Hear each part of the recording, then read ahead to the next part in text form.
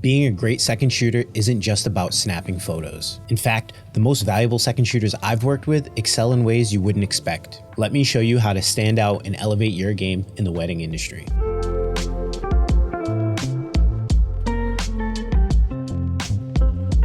How's it going, everyone? My name's Colton Simmons, and I'm a wedding photographer with over 12 years of experience in the wedding industry. And I've had my fair share of working with second shooters, working as a second shooter, and I've seen the things that work and the things that don't work when it comes to being a successful second shooter. And those are the things that I want to go over in this video with you today.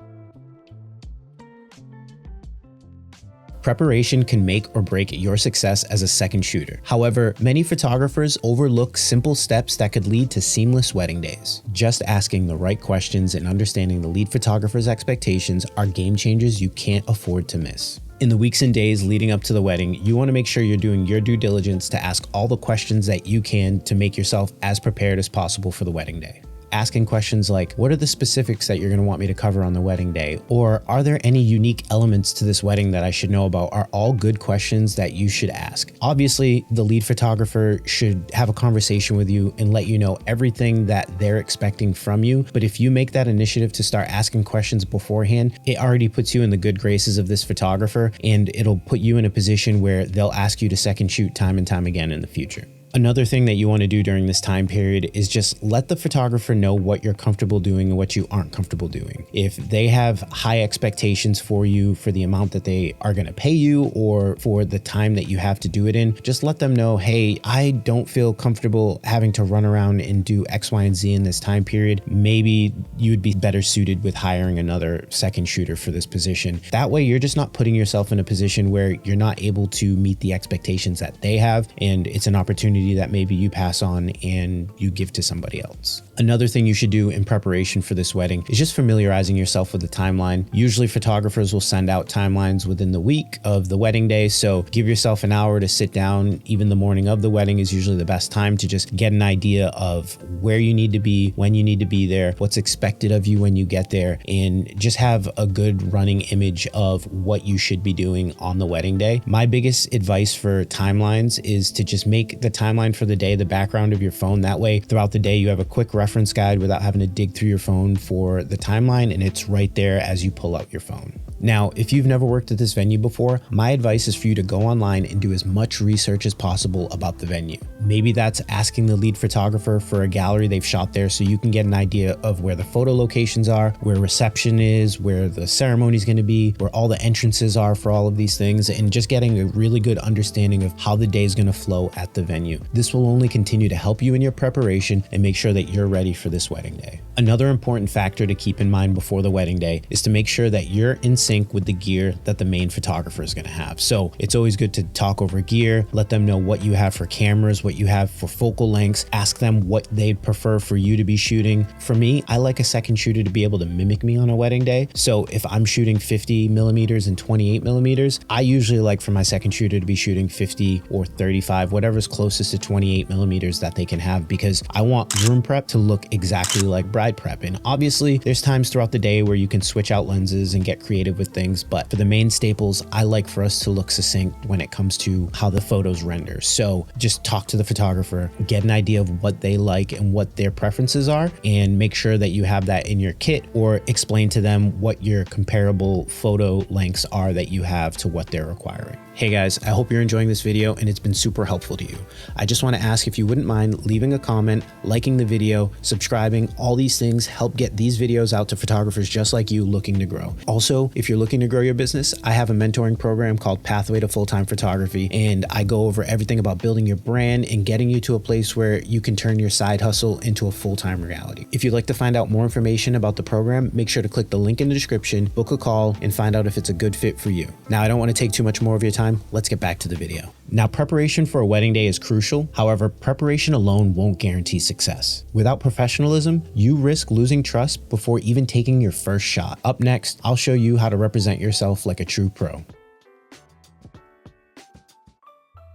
The number one thing that you can make sure that you do on a wedding day is make sure that you arrive prepared and early. I usually like my second shooters to arrive 15 minutes before we are supposed to start shooting. So if start time is 1 p.m., I usually like my second shooters to arrive at 12:45. This allows for parking, getting to the venue. A lot of times we're trying to get into a hotel, maybe sometimes in a busy city. You want to be able to give yourself time to get from the parking garage to the hotel, to get in there, get your gear set up, and to be ready to start at 1 p.m. So if you see 1 on a timeline, that's not the time that they want you to arrive. That's the time that we're going to start shooting, because if we're already behind the 8 ball, then it's going to be harder to get caught up when we need to leave at a specific time. So just make sure you're there early and ready to start. Not only does professionalism have to do with when you arrive, but how you act once you do arrive. You want to make sure that you're not doing things that are going to damage the brand that the lead photographer has worked so hard to build. You're an extension of them on that day. So all of your actions, although they may damage your own personal brand, they're going to destroy the brand of the main photographer that you're working with. So if somebody hears you giving an attitude to a parent or to the coordinator at the venue, those things are all going to come back and eventually will damage the relationship that you have with the lead photographer. So make sure that you're being yourself, obviously, but don't allow for things to get personal or for attitudes to come about, and just try to be the best that you can be. Remember, this is a couple's special day, and you want to make sure that you're doing the best on that day to make them feel great and to make the day go on successfully. So with that, you want to make sure that you're dressed professionally. You don't want to be there in jeans and a t-shirt. You want to make sure that you're dressed according to how the lead photographer is asked. So leading into the wedding day, that's another question that you want to be able to ask is, how would you like for me to dress? What's the dress code for this event? And make sure that you're matching what the lead photographer has asked for you.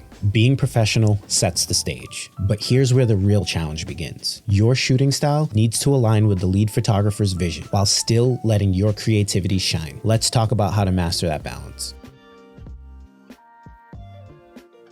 For any photographer, consistency in their work is key. And when you have a second shooter, you want to make sure that when couples look at the photos that were taken by your second shooter, it doesn't look like a completely different world than what you've delivered for your own photos. So as a second shooter, you want to make sure that you do your diligence in researching everything that this lead photographer does in their style. Ask them for a few galleries so that you can get an idea of what a full gallery looks like when it's given to the couple. And you do your best to just match their style. If they're a more candid photographer and they look for the candid moments during cocktail hour, ceremony, all the in-betweens, you're capturing as many candid photos. Whereas maybe on your wedding day, you wouldn't focus on those that much. That's where you're going to meld your style on the day to that of the lead photographers. One thing I also like for my second shooters to do is to lean into creativity while also making sure that they're capturing the photos that I need. I always have this rule when it comes to my second shooters during the ceremony and the reception that they're to live by the 25-75 rule. And I also live by the 25-75 rule. And it changes between lead photographer and second shooter, but just give me a second and you'll understand. So for myself, I spend 75% of my time during those moments focused on the couple, whereas the other 25% of the time, I'm focused on the environment around me, people's reactions, all of those things that don't have to do with the couple. What I want for my second shooters during the ceremony and reception is for them to focus 25% of their time on the couple and the rest on everything around. And if we both work in tandem like that, then I'll have the most amount of photos that I need for the wedding day to make sure I'm getting a ton of the crowd reaction. Maybe, when they're focusing on the couple though, they're thinking outside the box. So rather than shooting a straight down the aisle photo of the couple as they're getting married, they're going 30 feet behind the ceremony and they're capturing a photo of the bride and groom through some hedges, or they're shooting from behind the bride and groom. If there's an area back there where they can shoot, getting the bride and the groom with their whole ceremony behind them. So when they're keeping that 25-75 rule in mind, I always ask that they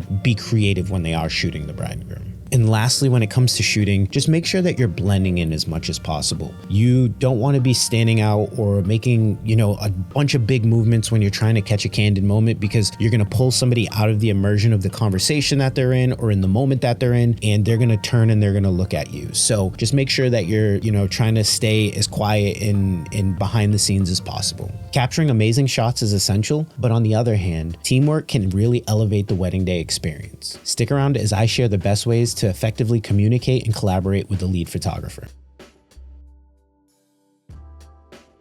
Now, staying connected with the lead photographer is one of the best things that you can do on a wedding day to make sure that you're doing everything that you're supposed to do and you're able to communicate anything that may come up that you need the lead photographer's assistance on in solving. The one thing you never want to do is just take matters into your own hands. You always want to defer to the photographer. So if the groomsmen are being rowdy and they're not cooperating for a photo, or the groom is, going off the reservation when it comes to following the timeline, that's a situation where you would reach out to the main photographer and just say, hey, this is the situation I'm dealing with. How would you like for me to proceed? And allow for them to really be able to make the decision on that. You don't want to make a decision that down the line, the main shooter is going to come back, look at the photos that you took and say, hey, what happened here? We were supposed to have X, Y, and Z done, and now I don't have that accomplished. So make sure you're communicating with them. Don't overly communicate. The lead photographer shouldn't be getting 50 texts or 100 calls from you. Find that balance and make sure that if, things arise that you would think they want to make the decision on, just reach out to them and get some clarity in their guidance on how you should proceed. Which leads me to the next point of, although you want to rely on them, you should always try to take charge wherever possible. For me, my best second shooters are the ones that I don't even have to think about on the wedding day. And if I'm not at cocktail hour because I need to be shooting the details in the reception, or I'm taking the couple for portraits, I know that they're going to be capturing everything that I would be capturing had I been at the cocktail hour. So when I come back from taking portraits, one of my main second shooters who I was able to train from absolutely zero photography experience at all to the amazing photographer he is today, Trent, he always knows exactly what I need captured. I'll, go to take a picture and be like, hey, I already got that, or you don't have to worry about that, I already did that. So that's how you want to keep in mind when you're working with a main photographer, because that will only lead to more opportunities for you. And that's not just second shooting. If you start working with a photographer long enough, they might start actually referring you out when they're not available for dates, or giving your name to wedding planners, which only will help build you and grow you in the wedding industry. And lastly, when it comes to collaborating with the photographer, you want to make sure that you're just staying out of the way. You don't want to be right behind the photographer as the couple are walking down the aisle and they trip over you walking backwards. Just try to make sure that you're paying attention to where you are and where they are throughout the entirety of the day, and that your paths don't cross. You're not behind their shots when they're shooting on the dance floor and they'll have to go out and Photoshop you, in the future. And just always make sure that you're doing what you need to do and pay attention to the photographer, because they might be trying to signal to you to like, hey, can I have you move this way? Because I'm shooting wide right now and you're still in the shot where you are. So make sure that the communication in that aspect is always handled. Teamwork is essential, but what you do after the wedding day is just as important as what you do on the wedding day. Delivering files safely and efficiently can leave a lasting impression and set you apart from other second shooters. Let me show you how to nail a post-wedding workflow.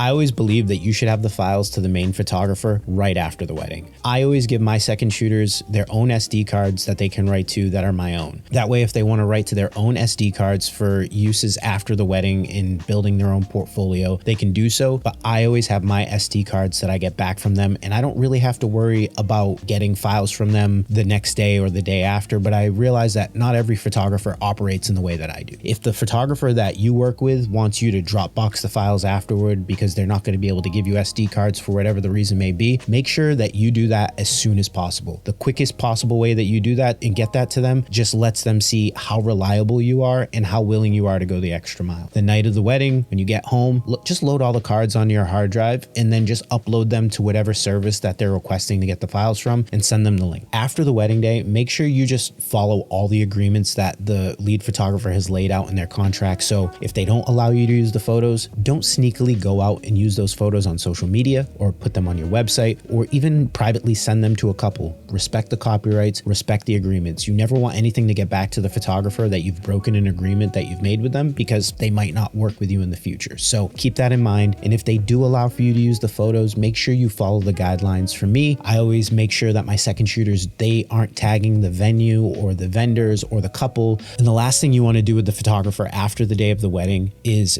do what you can to make sure that you're leaving a great impression. You want to thank the photographer for allowing you to work with them on the wedding day. One thing that always impresses me is when a second shooter comes to me and they say, hey, I would love some feedback. Go through my shots. Let me know how I can improve as a photographer. When I see a photographer trying to take growth and not look at the day as just another paycheck or get an opportunity to work at a venue that they've never worked at and to really have that growth in themselves, it really sticks out to me, and they are, moved up higher on my list. I'll go through when I'm reaching out to second shooters. So that's super important. Reach out, look for feedback. How the photos are handled after the wedding is super important. However, what you do next can transform how you're seen in the wedding industry. Every wedding is an opportunity to build your reputation, refine your skills, and open doors to bigger opportunities. Let's talk about how to turn this role into lasting growth. The greatest thing about being a second shooter is that you're literally being paid to learn how to grow your business. And if you do this the right way, your business will only flourish. Now, when I was early on in the wedding industry, I second shot for loads of photographers, and I was able to get an insight on so many important factors. I was able to see how they handle clients on the wedding day. I was able to see how their workflow was on the wedding day, how they approach doing portraits, how they approach so many things of on the ground knowledge that you can't get by just watching videos on YouTube unless you watch like a full behind the scenes wedding day from a guy like John Branch. Now, these are things that you're only able to really see when you're in person with someone and able to ask them questions and say, I saw that you did this when you were with the couple. Why do you do that? All these things will really only be able to propel you into the future. As much as we take second shooting opportunities to help the photographer, there's also that huge portion of it where we're trying to grow our business and we're trying to get better as photographers. So don't use these second shooting opportunities as a way to just coast through the day, do the bare minimum, and get the photographer what they need. Use it to really dig in and grow for yourself. And that leads me to my next point. You should be able to embrace constructive criticism. I just spoke about how you should reach out to the photographer and ask them for some critiques after the wedding day. If they give you some critiques that are maybe a harder pill to swallow, make sure you do the best to understand that they're coming from a really good place and they just want to see the best for you. I mean, I can't speak for everyone, but when I speak to other photographers that have worked with me as second shooters, I'm always trying to look out for their best interest and say, hey, maybe, when you're talking to couples, you shouldn't do this. Or when it comes to portraits, make sure that you're shooting at this aperture because it just makes for something that clients find and feel to be more desirable. Those are the things that you shouldn't take as a personal attack on your artistry or you as a photographer, and understand that this photographer is only trying to look out for your best interests. Another huge thing that's going to help you grow and develop as a photographer is seeing how the main photographer is able to adapt to change on the wedding day. We might go from a 75-degree and sunny day to a rainy and windy day just like that, especially in New England where we can't predict what the weather looks like. So what you want to be able to do is be able to think on your feet, look around. If you're going through the wedding day, even though it might not be raining yet, look at different locations that, okay, if it rains today, I can take the couple onto the porch of that house right there and we can do some photos there. Or we can do getting ready prep in the living room because the room that this Airbnb has for the bedroom has no lights, but the living room has all this beautiful natural light. These are the types of things that you want to be able to look at while you're second shooting and continue to develop, because as you develop those as a second shooter, your own wedding photography is going to flourish. Now, the biggest takeaway that I want to give you in this entire video is make sure that while you're doing all this, make sure you're continuing to have fun. We have such an opportunity to be able to go to couples' special days over and over again and being involved in some of the happiest moments of people's lives and getting the opportunity to capture it. So as a second shooter, you are just as pivotal on the wedding day as the lead photographer. So keep that responsibility in mind when you're out there, but don't let it overshadow having fun, because as an artist and being able to create like the way that we do, having fun and enjoying what we do really makes our art shine compared to when we're just going out there and we're caught up in the motions and we're just shooting to shoot. So make sure you go out there and you enjoy yourself.